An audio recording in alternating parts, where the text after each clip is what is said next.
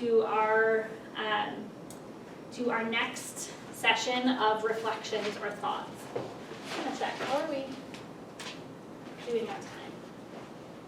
We're supposed to be done with this at noon? Okay, I think we can do this. All right, so the primary takeaway message of this second theme or session is that thoughts are just thoughts. So again, we are going to kind of talk about some research background that's important for you to know as teachers, and then we will talk about the individual elements of the program, and then we'll break for lunch. So developmentally, it's really important to understand, so again, this was designed for adolescents. It's being used with other age groups and is beneficial for those age groups as well, but this is really designed to be a developmentally sensitive program. So it's important to understand as a facilitator what's happening with the participants and why the practices are designed to be particularly impactful because of what teens are experiencing developmentally. And so as you likely know, adolescence is a really important window for development into both cognitive functions and executive functions, and they're interrelated. And in particular, its growth in the prefrontal cortex that really explains why we see such dramatic changes in cognitive and executive functions. And when something like the brain is developing, it's particularly sensitive to what's happening in the environment, and it's plastic. The idea it can change. And so it can change based on what's actually encountered in the environment. And these changes in the prefrontal cortex really continue through at least 25 for most people. And so we're seeing these changes happening much later than we originally understood. And so the idea that the types of experiences like what's happening in the program can be really beneficial to developing adolescent brains. And also, improvements in the types of mental functions that we see that include things like making inferences about what's happening, so taking what you see and reading between the lines, essentially. Taking the perspective of other people, reading facial expressions for emotions, becoming more self-aware. These all really underlie the idea that a lot of the cognitive functions that happen are in a social context. So for instance, reading emotions requires you have a social partner that you're engaging in interaction with. But these improvements have risks. So we are better able across adolescence to do these things like make inferences, take people's perspectives, but there are downsides of that too. In particular, an increase in what is called mentalizing. And so this would be the other side of that cognitive coin, represented here. Things like rumination, so kind of being stuck in things that are happening, particularly those that aren't pleasant.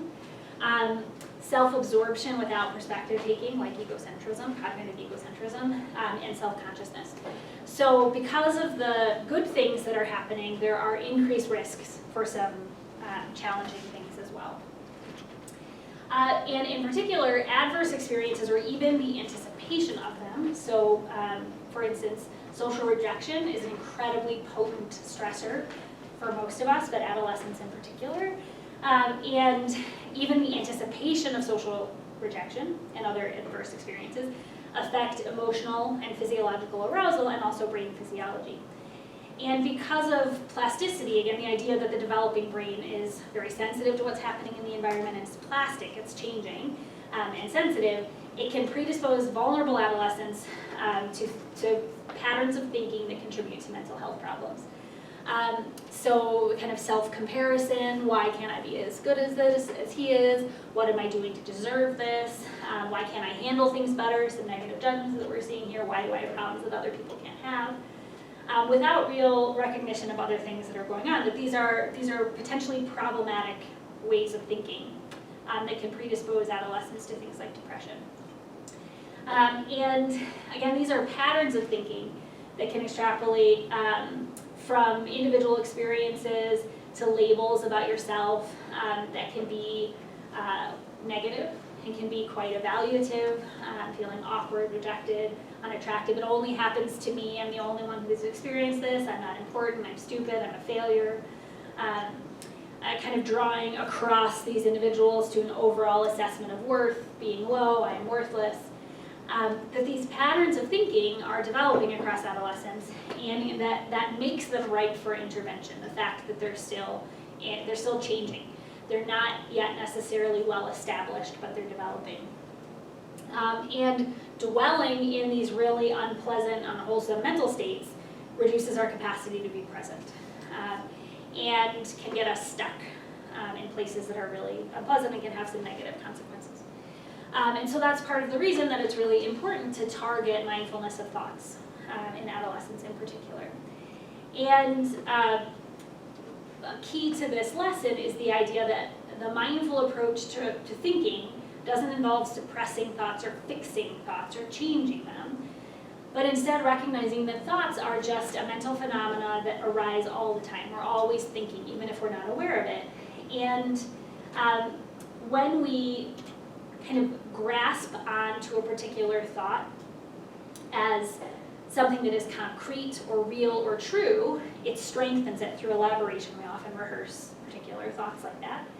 And that can lead to some dangerous and negative consequences.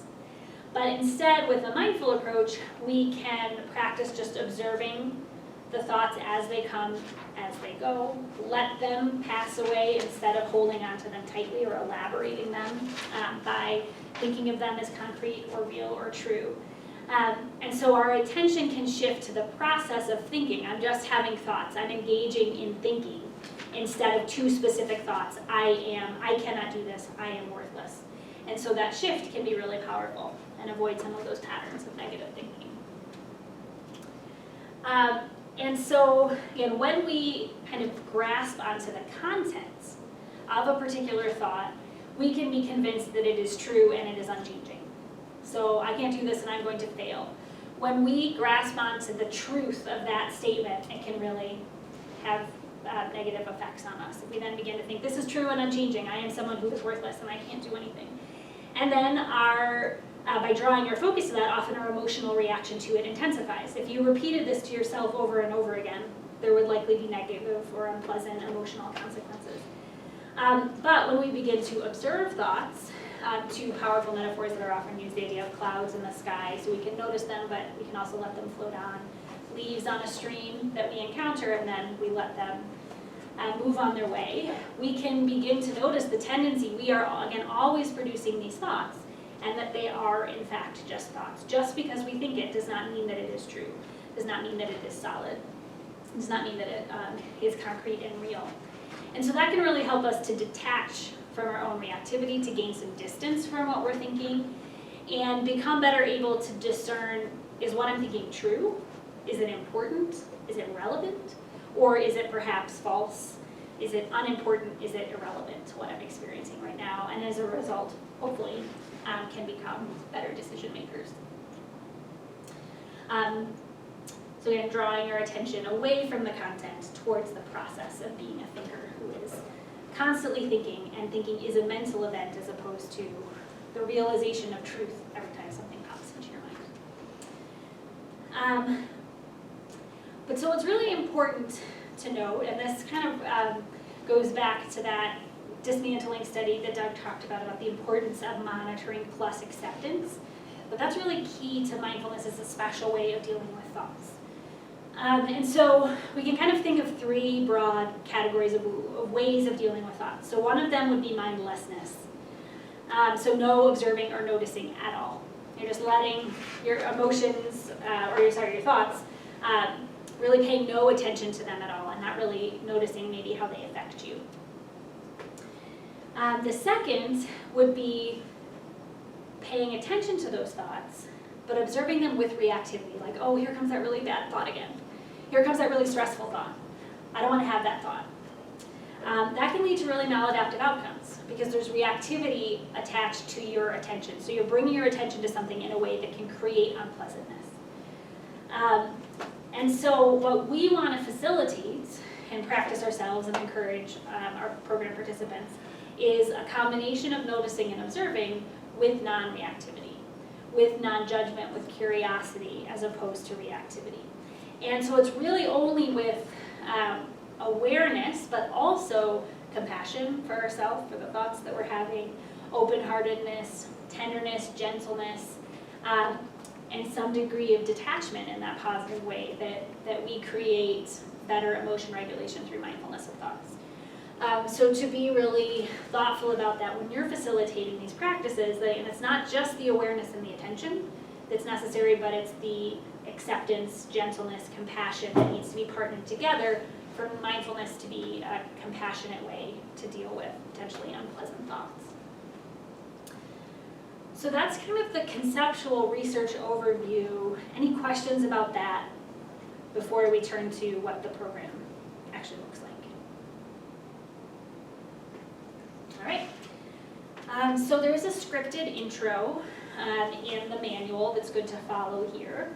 And then in addition, again, always starting with a short mindfulness practice and also reminding people about the regular structure of the theme and the lesson. So doing the short practice, reviewing the theme that came before, checking in on how people are doing with that. This can be a good place to have conversations like, and it can also come later too, but did you do the home practice? What did that feel like? And then later can talk a little bit about what were challenges to doing those home practices. Should we pause for a minute? Is there, okay. All right, and then before moving on to some of these activities and discussions, introducing the theme of R. The idea, again, when our mind is constantly chattering, and that one way to deal with that chatter is to non-judgmentally, with curiosity, pay attention to those thoughts.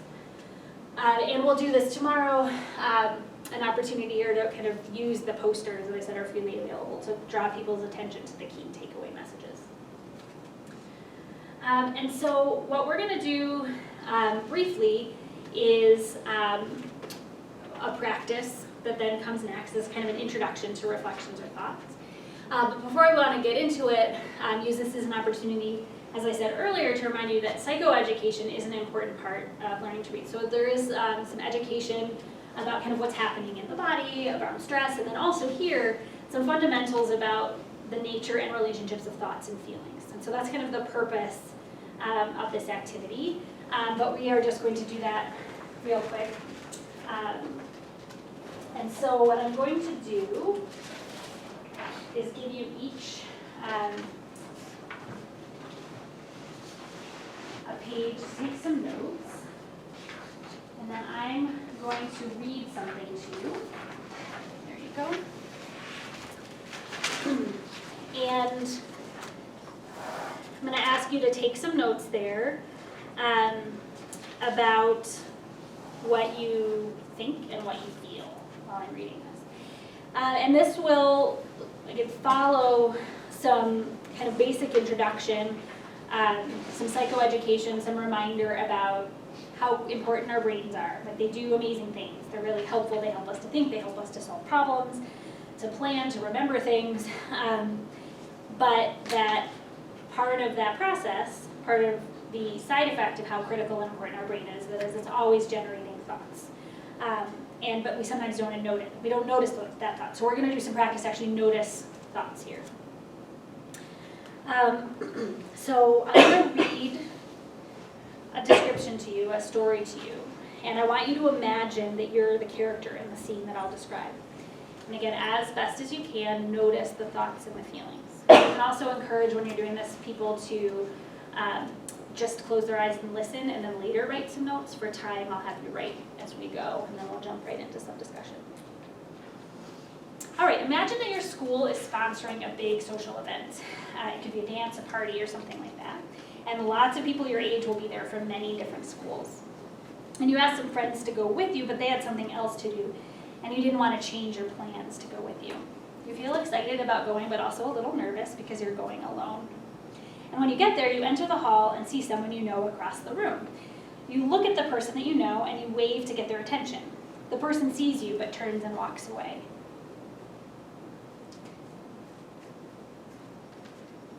So if you can keep writing down what are you thinking and what are you feeling based on what I just read.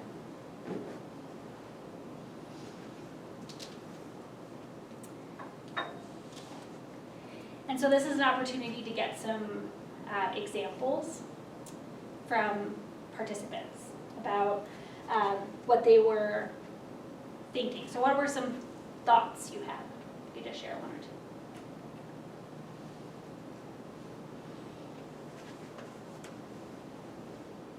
Anybody? One of the thoughts that I would have probably had was, did I do something wrong to that person who didn't say hi back? Okay, did I do something wrong? What are some other thoughts that popped in your mind? If you were this person.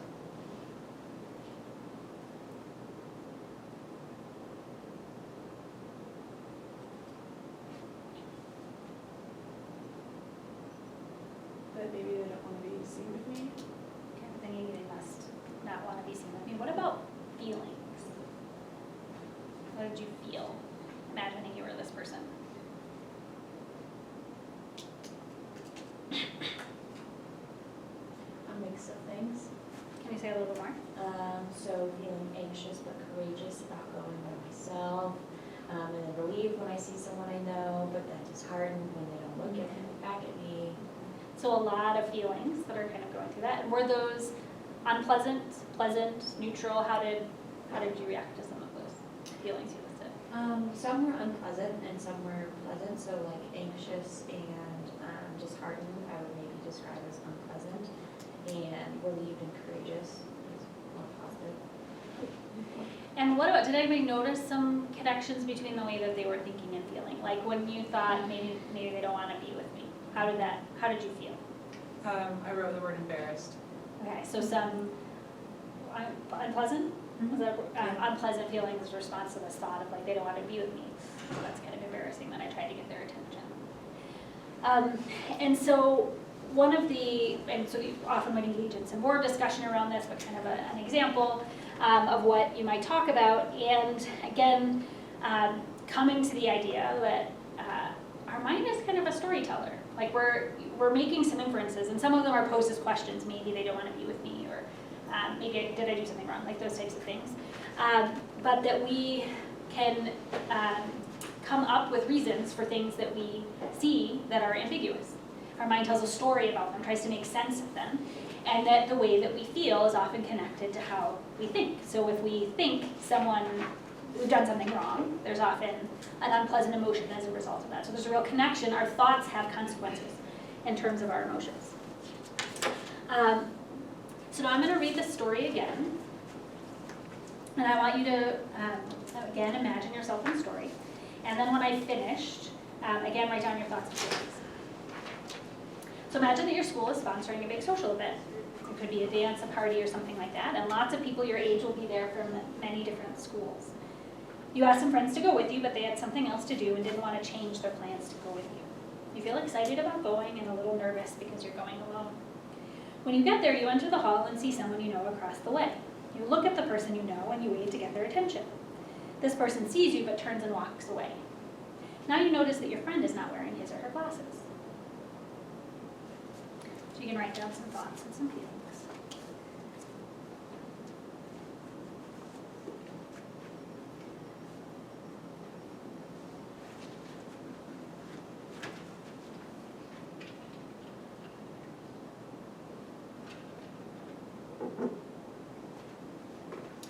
So what are some thoughts you had in response to this second experience? Yeah. First thing, I'm like, of course, they didn't see me. Of course they didn't see me. Other thoughts people had, or similar thoughts? Did anybody have kind of a similar thought? What about feelings? What did you feel after this? Like, instant relief, And was that pleasant, unpleasant, neutral? pleasant. Some of that, like, relief from potential concern. So it sounds like maybe there was a initial thought of, like, some of what we talked about before, of, like, did I do something? Oh, no. Obviously, they didn't see me.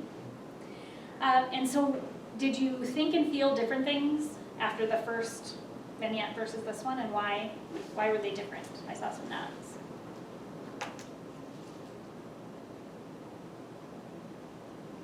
I know because like in the previous one we've been making up that story and it was going along the lines of like us feeling bad about ourselves, and in reality the situation wasn't at all what we were building up in our heads. It was just they didn't have their glasses and couldn't see it.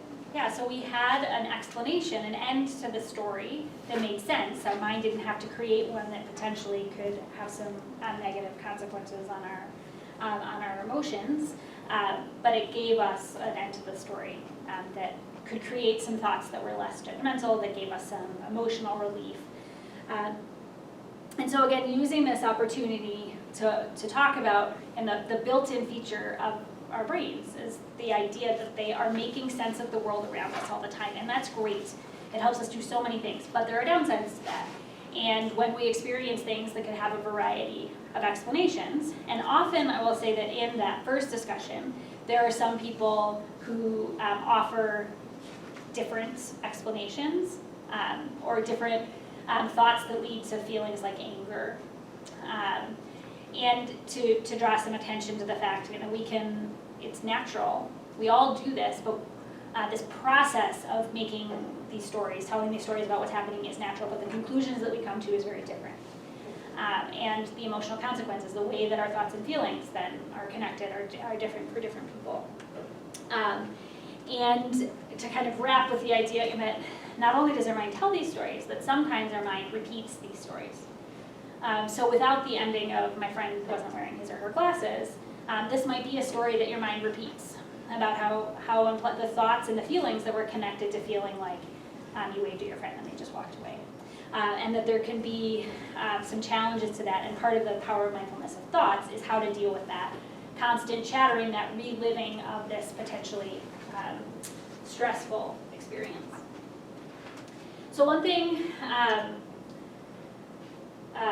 just throw up those kind of main thoughts here and end on this one before we talk about the next practice.